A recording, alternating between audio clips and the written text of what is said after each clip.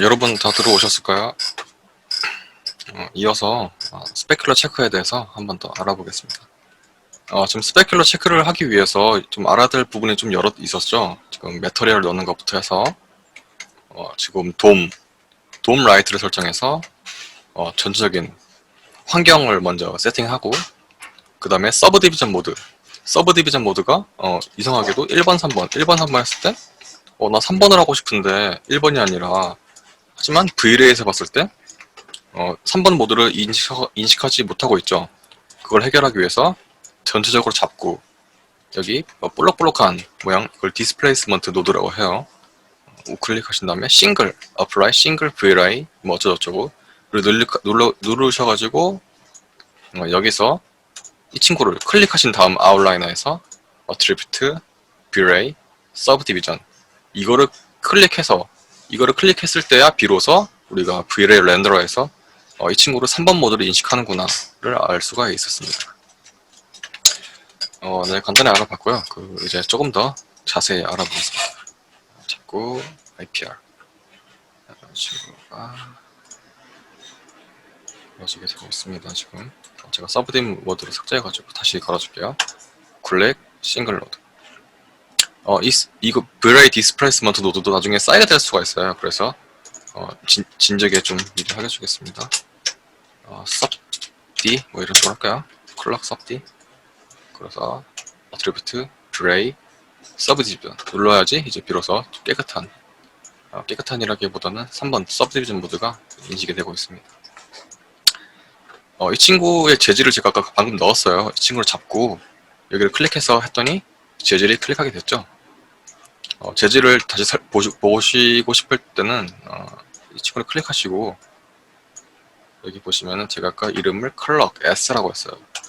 이렇게 보셔도 되고, 혹은 그냥 오브젝트를 클릭하신 다음에 우클릭 쭉 내려가 보시면은 꾹 누르고 있는 상태의 우클릭을 Material Attribute 클릭하시면, 클릭이 아니라 딱 떼게 되시면은 이렇게 다시 끄게 됩니다. 우리가 지금 이 친구를 다 잡고 눌렀더니 한 가지의 색상으로만 지금 이렇게 되고 있습니다. 한 가지의 색상만 들어갔기 때문이죠. 근데 우리가 나중에는 다양한 쉐이드를 쓰게 됩니다. 예를 하나 들어볼까요? 우리가 지금 이 친구는 이렇게 약간 좀 쿨톤의 셀가 맞는 것 같은데, 여기는 좀 웜톤의 셀을 넣고 싶다. 그러실 때는 내가 원하는 변경하고 싶은 오브젝트 클릭하신 다음에 다시 눌러주시면 됩니다. 이 친구 VLL 셰프 탭에서 여기 이 친구를, 그럼 그대로 덮어 쓰기가 되고요. 색을 변경하실 수가 있습니다. 이번에 좀 따뜻한 색에 좀 어둡고 색을 해주고, 리프렉시 컬러를 흰색 해주고, 라탈리스 올려주고. 이렇게 되면 너무 지금 반딱반딱하죠. 지금 완전 새거 뭐랄까 좀 겉이 굉장히 매끄러운 상태예요. 이 친구를 좀 조절할 수 있는 부분이 여기 보시면 리플렉션 글로시니스입니다. 리플렉션 글로시니스. 이 친구를 1에다 두게 되면은 가장 반짝반짝한 느낌이고, 0으로 가게 될수록 그 샌딩 트리라고 하죠. 뭔가 사포로 칠한 것처럼 좀 까칠까칠한 느낌이 연출되게 됩니다. 한번 볼까요? 지금 글로시니스가 1인 상태죠. 이 친구를 한번 0.8로 줄여보겠습니다. 네, 약간 보이시나요? 좀 샌딩 처리한 것처럼 좀 까칠까칠한 느낌이 되고 있습니다.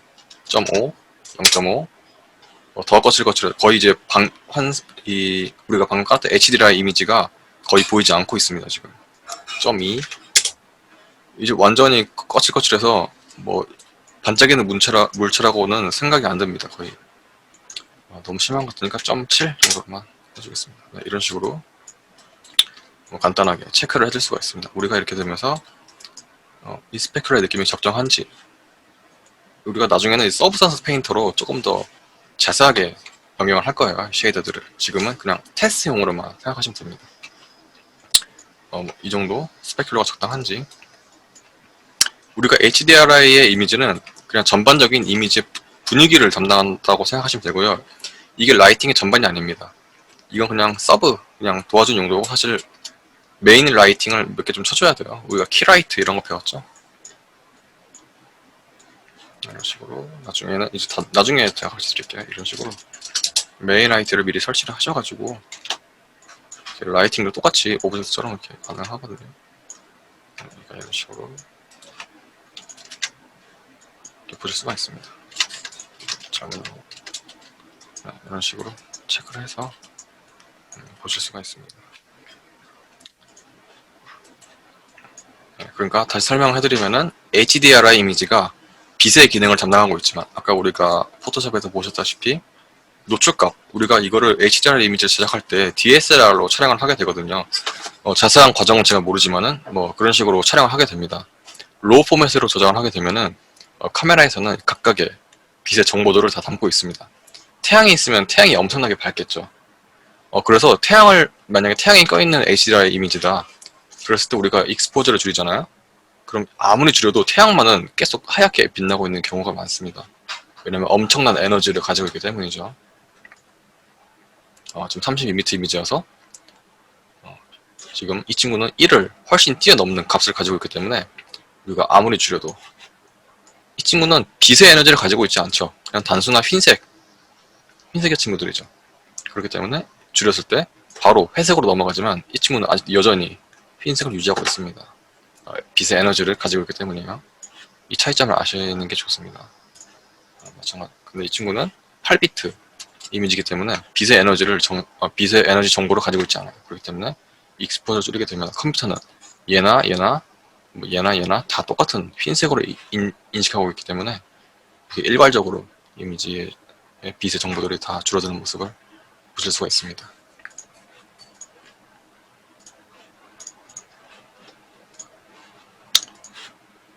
됐고, 이제 스페큘러 체크를 이 정도로 했다 싶으면 이제 이 정도로 하고요. HDRI 이미지를 깔고 이렇게 간단하게 보시면 돼요. 그리고 이게 마야 아마 2018부터 들어오는 기능으로 알고 있는데 5번 기능을 5번 숫자 5번을 누르잖아요. 그러면 이런 식으로 간단하게 또 체크가 가능합니다. 그냥 그러시면서 좀 뺄까요? 이런 식으로 렌더링을 직접 걸지 않아도 우리가 렌더러에서 정확하게 뭐 CPU를 아주 과부하시켜서 거는 것보다 색상 이런 빛의 이런 느낌은 조금 디테일은 떨어질더라도 이런 식으로 그냥 빠르게 보실 수는 있습니다. 이런 식으로 굳이 그러니까 우리가 막 렌더링 걸 필요가 없어요. 물론 거는 게 더 정확한 계산을 하기 시작합니다. 이렇게 되면은 그냥 간단하게 실시간으로 이렇게 볼 수가 있습니다. 가끔씩 모델링 하다가 이제 이게 좀 거슬릴 때가 있어요. 너 이거 이렇게 안 보여줘도 됐는데 모델링만 하고 싶은데 그럴 경우에는 여기 보시면은 이렇게 생긴 아이콘이 하나 있습니다. 이 친구를 클릭하시게 되시면은 그냥 모델링만 다시 뜨게 됩니다. 디폴트 상태로. 혹은 이 친구가 맺히는 느낌을 보면서 작업하고 싶어. 그럴 때는 여기 있는 아이콘을 체크 오프 해주시면은 이렇게 보시면서 모델링을 진행하실 수가 있습니다. 한번 뽑아볼 거예요. 이런 식으로. 이렇게 뽑는 상태 면에 따라서 실시간으로 이렇게 변하게 되죠. 느낌들을. 이렇게 되구나. 이렇게 바뀌면은 아실 수가 있습니다. 우리가 이제 한 스페큘러 체크까지 한번 배워봤어요. 그리고 우리가 엣지 슬라이드라는 기능을 한번 배워보겠습니다. 엣지 슬라이드는 모델링을 할 때 가장 중요하다고 할 수 있을 만큼 굉장히 유용한 기능입니다. 엣지 슬라이드를 한번 어떤 식으로 이용하는지 볼까요? 이런 식으로 모양이 있다고 가정합시다. 이런 식으로요. 자, 우리가 컨트롤 시프트 X를 누르게 되면은 멀티컷이 활성화되게 됩니다. 여기서 컨트롤을 누르게 되면은 이런 식으로 루프가 생성되게 되죠. 자, 미들 클릭으로 한번 정중앙에 딱 찍어볼까요? 네, 그러면 뭐 그냥 아시다시피 이렇게 정중앙에 엣지가 생성이 되게 됩니다. 이 친구로 더블 클릭하게 되면은 루프 선택이 된다고 했었죠. 더블 클릭해볼까요? 이 친구를 그냥 옮겨보겠습니다. 이런 식으로요. 당연히 이렇게 되겠죠. 그쵸? 이 친구의 원형을 유지한 채로. 근데 가끔씩 우리가 이 친구의 틀을 깨지 않고 이 엣지만 움직이고 싶을 때가 있습니다. 그럴 때 이용하는 것이 바로 엣지 슬라이드라는 기능인데요. 엣지 슬라이드를 이용하는 방법은 간단합니다. 컨트롤과 시프트를 누른 상태에서 축을 잡고 클릭을 해주시면은, 드래그를 해주시면은 이런 식으로 차이점이 좀 보이시나요? 네. 컨트롤, 시프트 잡고 그냥 움직이시면 돼요. 이렇게 되면은 이 오브젝트의 원형을 유지한 채로 엣지만 이렇게 이동이 가능합니다. 우리가 아까는 그냥 컨트롤 시프트 누르지 않고 이 축만 잡고 이동을 했을 때는 이 친구의 원형이 일단 파괴되고 이 친구의 원형이 유지되는 거죠. 그쵸? 근데 우리가 이러고 싶지 않은 경우가 있단 말이죠. 엣지만 움직이고 싶을 경우가. 그럴 때 컨트롤 시프트 누르고 축에 갖다 대기만 해도 이런 식으로 슬라이드라는 말이 뜨게 됩니다. 이렇게 슬라이드로 움직이셔서 모델링을 진행하실 수가 있고요. 엣지 모드뿐만 아니라 가장 많이 쓰는 게 F9, F10, 엣지 모드와 F9, 벌텍스 모드에서도 굉장히 많이 씁니다. 유의하실 점은 컨트롤 시프트 누른 상태로 우리가 어느 축으로 갈지를 정확하게 잡아주셔야 됩니다. 내가 방금 이쪽으로 가는 축을 선택했으니까 이쪽으로 가는 건데 내가 이쪽으로 잡았다. 그럴 때는 아까랑 좀 다르게 바뀌죠, 느낌이. 그쵸? 그렇기 때문에 내가 원하는 축의 방향을 정확하게 아시는 것이 중요하시고요. 이번 F9에서 한번 해볼까요? 똑같이 잡고 컨트롤 시프트를 누른 상태로 슬라이드를 시켜보겠습니다. 이런 식으로요. 그죠? 우리가 만약에 컨트롤 시프트를 누르지 않은 상태로 그냥 이동만 시키게 되면은 이렇게 흐름을 따르지 않고 움직이는 건데 지금 어떤 일정한 엣지의 흐름이 있죠. 이런 식으로. 그럼 벌텍스가 그대로 이 면을 따라가게 됩니다. 한번 해볼까요? 이런 식으로 따라가게 되는 겁니다. 하지만 우리가 왔던 가상의 라인이 여기였죠. 다시 후진을 할 수는 없습니다. 왜냐면 엣지가 이미 없어졌기 때문이죠. 그렇기 때문에 잘 계산을 하셔서 후진할 수 있는 경우는 지금 이쪽으로 가는 방향밖에 없죠. 컨트롤 시프트 누르고 이런 식으로, 컨트롤 시프트 누르고 이런 식으로, 그쵸? 이쪽으로 엣지를 따라서 부드럽게 움직일 수가 있습니다. 엣지 슬라이드의 기능을 잘 이용하시는 것이 모델링 하실 때 아주 중요한 기능이라고 하실 수가 있습니다. 엣지 슬라이드 기능을 아셨죠? 이게 가장 많이 쓰거든요. 엣지 슬라이드가 이런 식으로 이 형태. 가끔씩 이게 좀 내 멋대로 내가 원하는 방향과 좀 이상한 데로 갈 때가 있어요. 그럴 때는 이 축이 아니라 이 축일 수도 있고, 혹은 여기 보시는 것처럼 네모 각각의 축마다 이 친구는, 여기에 뜨는 네모는 지금 X와 Z를 둘 다 관장하는 친구고요. 이렇게 살짝 움직이시게 되면은 여기 보이는 친구는 Y와 X를 동시에 움직이는 친구입니다. 그쵸? 여기는 Y와 Z를 동시에 담당하는 이동 축이고요. 하나의 축만 움직일 수 있지만 두 개의 축으로 같이 이렇게 움직이고 싶을 때가 있습니다. 그럴 때는 여기 축의 가장자리에 있는 이 네모난 모습을 클릭하시면은 쉽게 이동이 가능합니다. 제가 초반 수업 때 서브스턴스 페인터를 켜고 설명을 해드렸었는데 그때 제가 오류가 나가지고 제대로 설명 못 드렸죠. 제가 그 UVW를 핀 다음에 이렇게 주사위 전개도 핀 다음에 우리 컴퓨터가 어떤 식으로 인식을 하나 했었는지 기억나시나요? 잘 보이지가 않는데 이런 식으로 3D의 오브젝트를 2D로 핀 다음에 여기서 색을 칠하고 정보를 다시 가져와서 이 정보를 입혀야지만 여기 주사위에 이런 텍스처들이 입혀진다는 걸 제가 말씀드렸었습니다.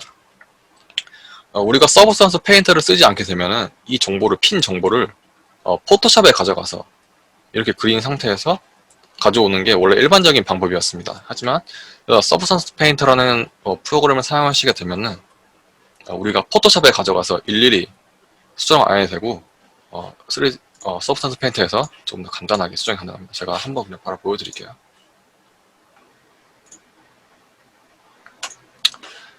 예를 들어서 한번 해볼까요? 오픈 샘플.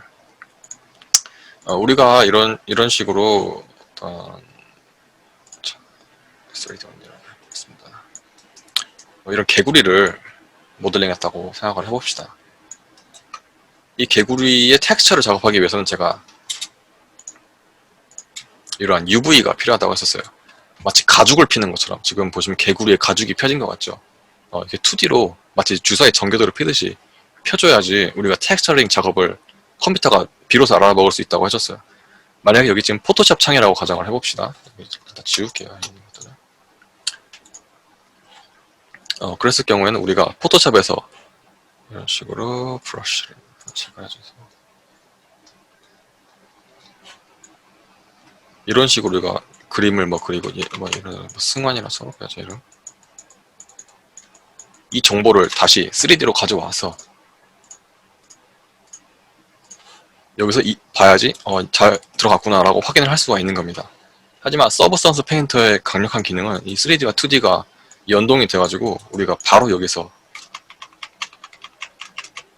쓸 수가 있다는 겁니다. 지금 여기가 보이시죠? 바로 이름이 써지고 있습니다. 우리가 그려도 이런 식으로 다 이어가지고 직관적으로 보면서 작업을 하실 수가 있습니다. 이게 서브스턴스의 가장 강력한 기능이라고 보시면 돼요. 우리가 2D에서 작업을 하고 3D로 옮겨와서 확인하는 것이 아니라 그냥 3D에서 곧바로 그릴 수 있기 때문에 조금 더 직관적으로 할 수가 있는 거죠. 서브스턴스 기능은 제가 이제 후반 작업, 텍스처링 작업 때 이 부분 때 제가 알려드릴 테니까 여기 서브스턴스 페인터에서 이렇게 범프, 노멀, 디스플레이스먼트도 제작이 가능합니다. 그 부분도 같이 이건 묶어서 할 생각이에요. 둘이 좀 비슷한 경우가 많기 때문에. 자, 서브스턴스 기능도 한번 알아봤습니다. 특히 서브스턴스 페인트는 지금 3D 프로그램이긴 하지만 이게 어도비에서 만든 프로그램이에요. 그래서 우리가 아까 포토샵에서 봤던 것처럼 이런 다양한 채널들이 존재하게 됩니다. 이런 채널들이 무엇을 의미하는지 알고 계셔야지 여러분들이 굉장히 많이 쓰거든요. 다 쓰는 게 아니라 쓰는 것들만 씁니다. 그리고 제가 쓰는 것들만 어떤 의미를 가지고 있는지 한번 포토샵을 켜서 어차피 똑같은 속성이니까 포토샵에서 한번 확인을 해보겠습니다. 일단 버리겠습니다. 포토샵을 켜서 한번 개념을 잡고 봅시다. 쓰는 것들만 쓰는 거니까 자, 이런 식으로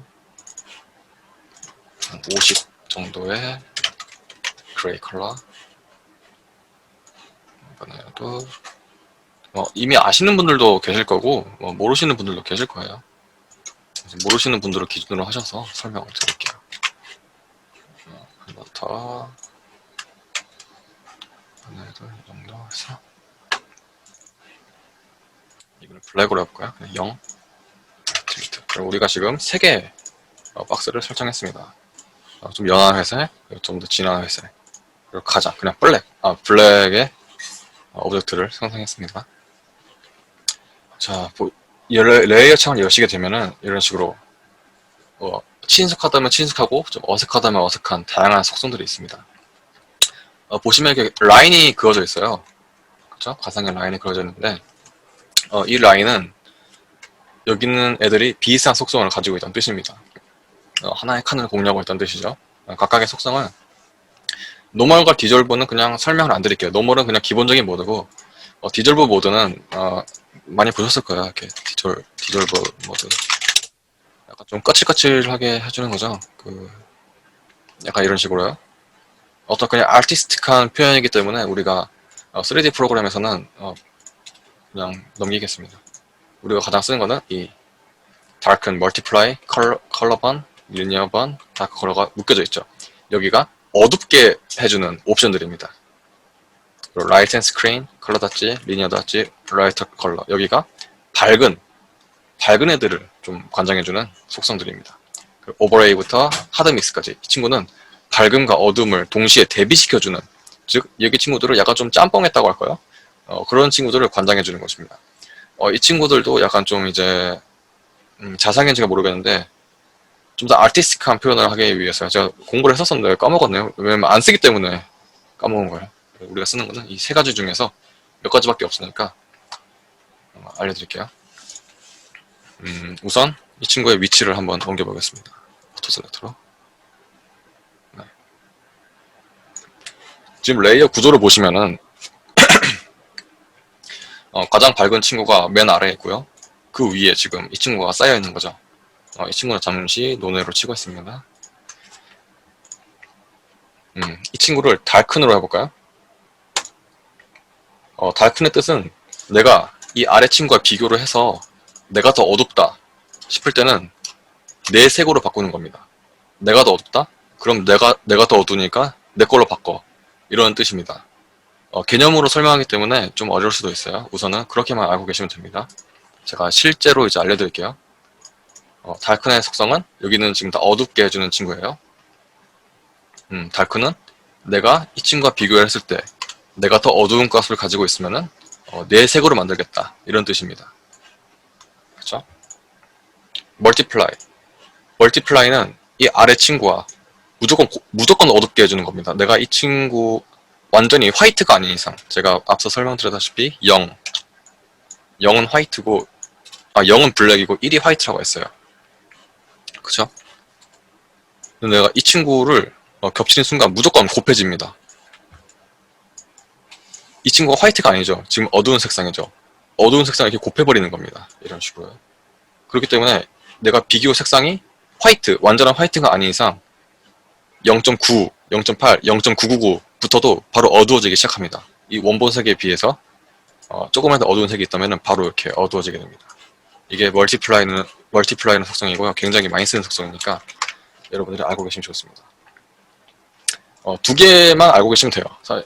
컬러반, 리니어반, 다크 컬러는 딱히 안 쓰니까 여러분들이 멀티플라이 정도만 아셔도 됩니다. 달큰하고. 다크 컬러도 이 친구와 비교를 했을 때 잠시만, 제가 이 친구를 까먹었네요. 우선은 두 개만 아시게 됩니다. 다큰, 멀티플라이. 무조건 곱해버리니까 무조건 어두워지는 거죠. 완전히 1을 곱해버리지 않는 이상. 네, 그 다음에 라이트는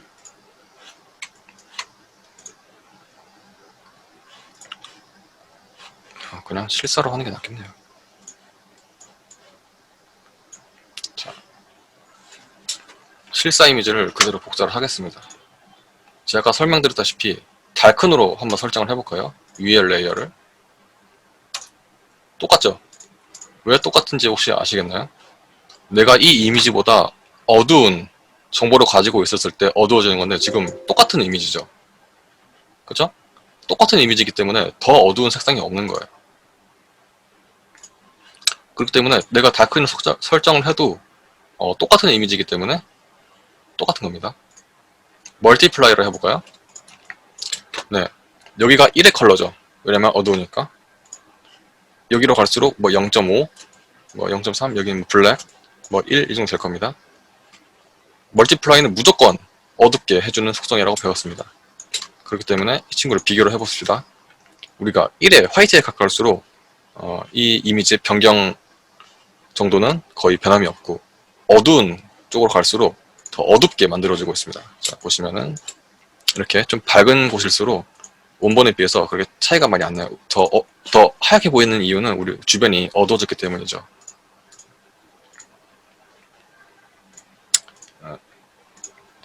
달카 컬러도 아마 두 개의 색상을 비교해서 더 어두운 색상이 있었을 때 변경을 해주게 되는 겁니다. 달큰과의 차이는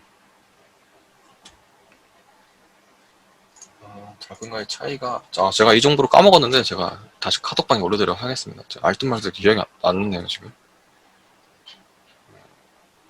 네, 아무튼 우리가 멀티플라이만 아시면 되고요. 네, 화이트는 남겨두고, 지금 화이트가 좀 변하는 이유는 이 친구도 지금 완벽한 화이트가 아니기 때문이죠. 약간 좀 연한 회색 정도를 볼 수가 있겠죠. 그렇기 때문에 조금이라도 더 어두워지게 되는 겁니다. 자, 이번에 화이트, 라이튼 똑같죠? 왜냐면은 똑같은 이미지이기 때문에 더 밝은 곳이 없는 겁니다. 비교를 해가지고 비교 선상에 있을 때 더 밝은 곳이 없기 때문에 라이튼 컬러는 똑같은 겁니다. 이렇게 이어진다고 생각하시면 돼요. 달큰과 라이튼, 스크린과 멀티플라이, 컬러 닷지와 컬러번, 리니어 닷지와 리니어번, 이런 식으로 이어진다고 생각하시면 됩니다. 스크린은 뭘까요? 이번엔 멀티플라이와 반대의 개념입니다. 어두운 정보는 냅두고 밝은 곳부터 바꿔버린다는 뜻입니다. 지금 보시면은 어두운 쪽에 범위는 변경하는 정도가 적고 밝은 곳으로 갈수록 이미지가 더 밝아지는 것으로 보실 수가 있어요. 차이점이 좀 보이실까요? 어두운 정보는 그냥 냅두고 있습니다. 하지만 이 친구도 지금 완벽한 블랙이 아닌 것 같아요. 제가 봤을 때 약간 완벽한 블랙이 아니라 약간 좀 어두운 남색, 보라색 정도죠. 그렇기 때문에 조금이라도 더 밝아지는 겁니다. 완벽한 블랙이 아니기 때문에 두 개만 아시면 되고요. 컬러 닷지, 리니어 닷지, 라이트 컬러, 컬러반, 이 정도는 좀 너무 좀 아티스틱한 표현이라고 보시면 돼요. 그래서 이쪽은 넘기겠습니다. 너무 진해지니까. 자, 오버레이는 멀티플라이와 스크린을 섞은 친구입니다. 밝은 곳은 더 밝게, 어두운 곳은 더 어둡게 대비를 더 심하게 해주는 친구입니다. 오버레이는. 지금 한번 비교를 해볼까요? 이 친구의 어두운 부분이 이쪽이죠. 밝은 부위는 이쪽일 겁니다. 그래서 이 친구를 오버레이로 냅두시게 되면 이런 식으로 어두운 곳은 더 어둡게, 밝은 곳은 더 밝게 처리를 해줘서 이렇게 명화의 대비가 진해지는 겁니다. 똑같은 이미지를 그대로 복사하셔서 오버레이만 눕두셔도 이런 식으로 대비가 더 심한 이미지가 완성시키게 됩니다. 그 다음에 또 많이 쓰는 것이 이 소프트라이트입니다. 소프트라이트는 오버레이의 그냥 친구예요. 오버레이 느낌이 너무 세다고 센 느낌이라면 소프트라이트는 오버레이보다는 약간 좀 연한 믹싱의 정도가 좀 더 연한 상태라고 생각하시면 됩니다. 오버레이는 좀 딱딱하게 대비를 굉장히 강하게 해주는 친구고요. 소프트라이트는 오버레이보다는 좀 적당한 수치로 대비를 해주는 친구입니다. 이것도 세다 싶으면 오퍼시티를 이런 식으로 줄이게 되면 적당한 대비를 줄 수가 있는 거죠. 그래서 달큰과 멀티플라이. 달큰과 달커 컬러가 아마 비슷한 친구로 알고 있어요. 그래서 좀 헷갈리는 것 같은데 제가 정리를 해서 다시 카톡방에 올려드리겠습니다. 차이점을 좀 아셨으면 좋겠어요. 개인적으로도 공부를 다시 하셔도 좋고요. 우리가 그래서 가장 많이 쓰는 거는 노멀은 뭐 그냥 기본 버전이니까 아실 필요 없고 디지털 버전은 잘 안 쓰고 멀티플라이 많이 쓰고요. 멀티플라이만 기억하셔도 돼요. 여기서. 그리고 스크린, 멀티플라이와 스크린, 그리고 오버레이, 소프트라이트 이 4개 정도만 알고 계셔도 그렇게 뭐 합성하는데 어려움은 없을 겁니다. 2개를 제일 많이 쓰거든요. 특히 멀티플라이를 많이 쓰니까 멀티플라이에 대해서는 다시 한번 공부를 해주시는 것도 좋을 것 같아요. 예를 들어서 여기다가 R 하나 그럴게요. 지금 완벽한 흰색의 상태입니다. Alt 딜리트를 해서 멀티플라이를 하잖아요. 그럼 아무런 속성이 없습니다. 왜냐면 더 어두워질 색상이 없다는 거죠. 흰색이니까. 근데 우리가 여기다가 만약에 50%에 그래 냅두면 멀티플라이 하게 되면 이런 식으로 50%가 더 곱해지면서 어두워지게 되는 겁니다. 그죠? 자, 이번에는 스크린 라이트에다가 만약에 블랙을 냅둬볼까요?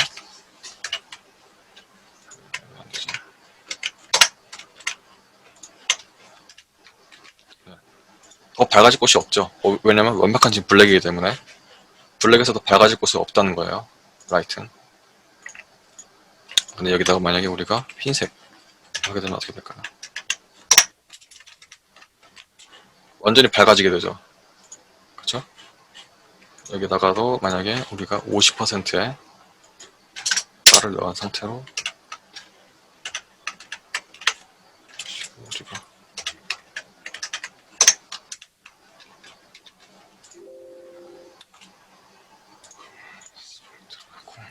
네. 그래야지만 이런 식으로 밝아지게 되는 겁니다. 멀티플라이 해주면은 어둡게 되는 거고. 지금 50%의 그레이가 깔려있죠. 여기다가 멀티플라이를 하느냐, 스크린을 하느냐. 2개의 차이점이 보이실 거예요. 그쵸?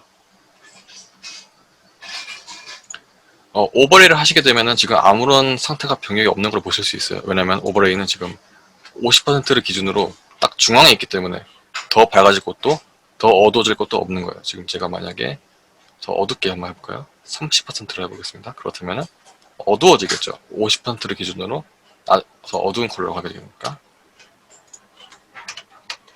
보셨죠? 좀 어두워지는 게 보이실 거예요. 자, 이 친구를 만약에 30%가 아니라 50%에서 좀 높여서 70%로 가겠습니다. 그리고 다시 채워줄게요.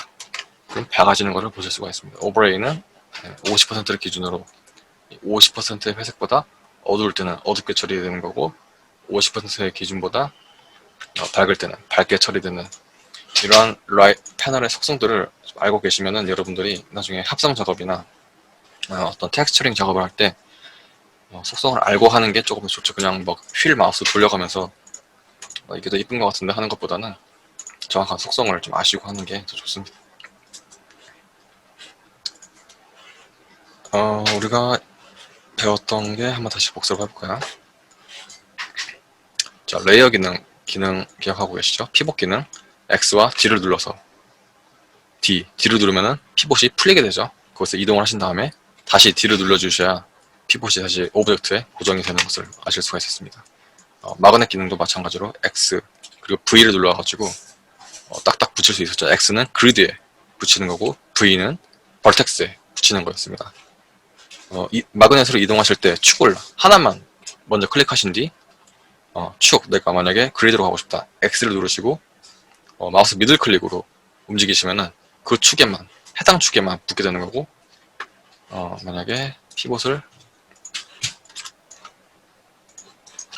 그냥 가운데를 잡고 움직이게 되면은 다 움직일 수가 있는 거고 여기로 잡고 싶으면은 이런 식으로 X축에만 움직이게 되는 겁니다. 이쪽으로만 좀 더 예민하게 움직이면 좀 심하게 움직이는 것 같아요.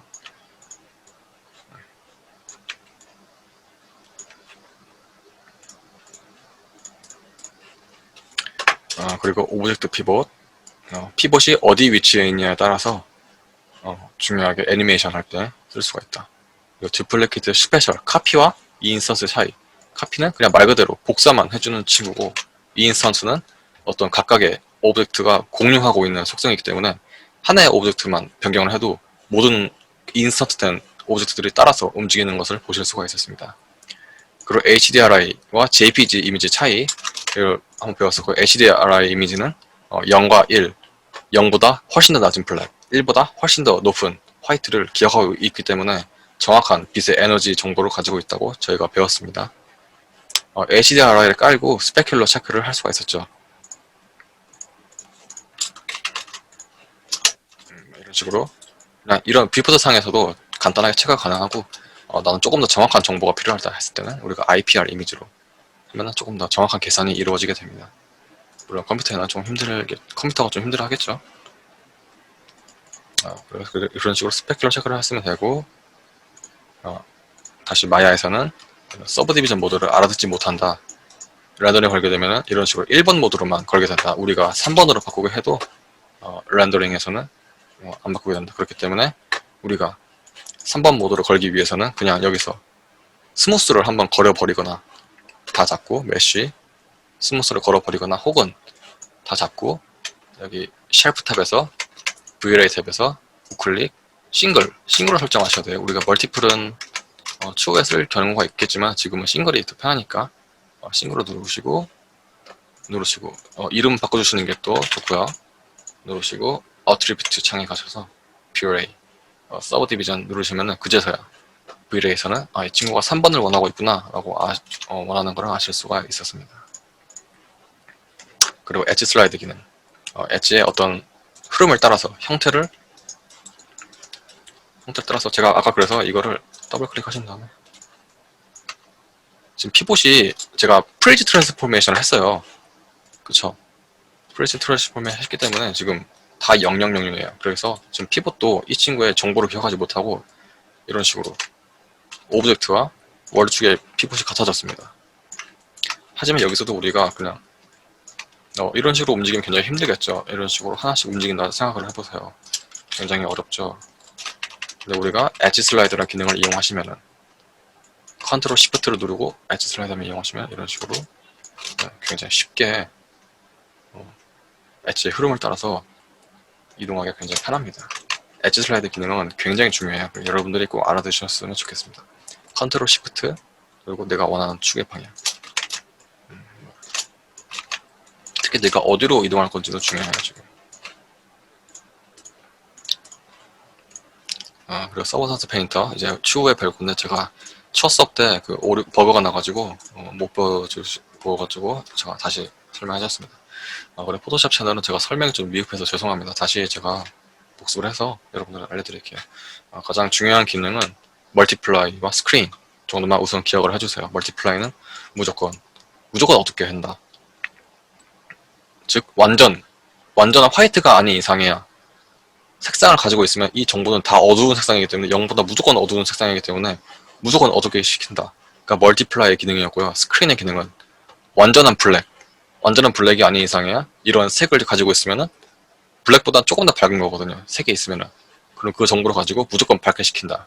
이게 스크린이었고 그리고 오버레이와 스크린 오버레이와 그 소프트 라이트 오버레이는 50%의 그레이보다 높은 거는 무조건 밝게 처리해주고 50%의 그레이보다 낮은 것은 무조건 어둡게 처리해주는 멀티플라이와 스크린의 기능을 동시에 가지고 있는 친구라고 보시면 됐을 거예요. 그 오버레이보다는 약간 좀 약한 기능인 소프트 라이트가 있었습니다. 소프트 라이트는 오버레이와 비슷하지만 그 범위가 조금 더 오버레이보다는 좀 약해서 은은한 좀 대비를 줄 수가 있다. 했었습니다. 그리고 시간 남으면 제가 다른 예제 모델링을 한다고 했었는데 지금 그래서 모델링을 하실 때 그 캐릭터 모델링을 하고 싶으신 분들이 있으실 거예요. 그래서 제가 간단한 팁을 드리자면은 지금 지우겠습니다. 만약에 대부분의 캐릭터가 아마 구로 이렇게 머리가 뒤에 있을 거예요. 그렇죠? 대부분 이렇게 원화의 형태일 텐데 사실 이렇게 모델링을 구로 시작하시는 거는 그렇게 좋은 건 아닙니다. 왜냐면은 이 구의 오브젝트는 무조건 모서리 부분에 삼각형이 껴있기 때문이에요. 그쵸?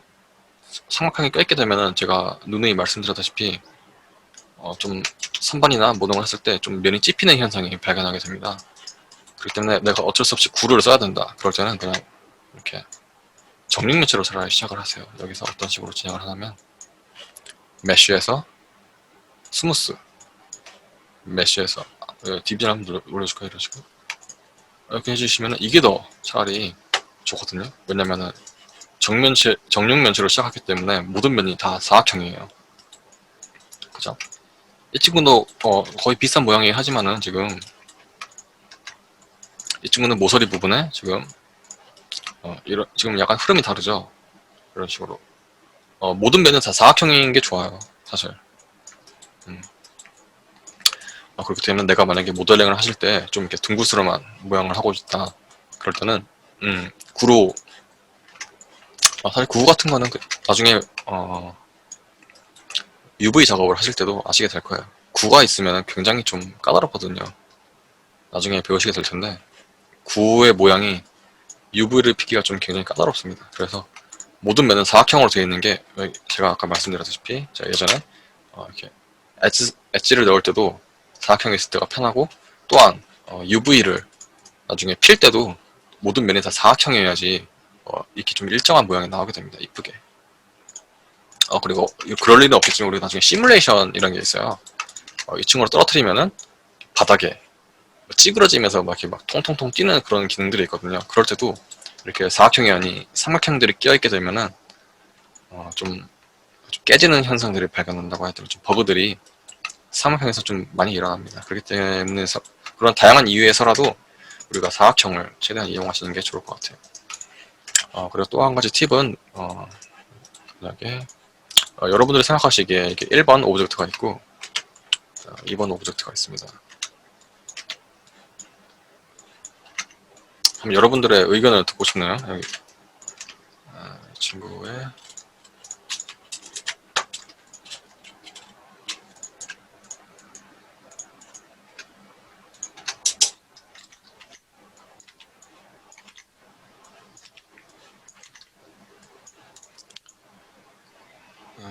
이 친구의 페이스는 400개를 가지고 있습니다.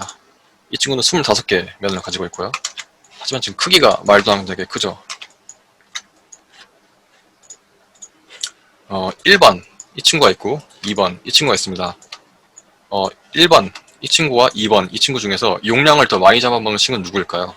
1번이라고 생각하시는 분들 계실까요?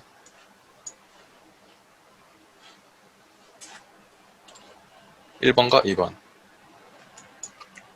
용량을 많이 잡아먹는 친구가 1번일까요? 2번일까요?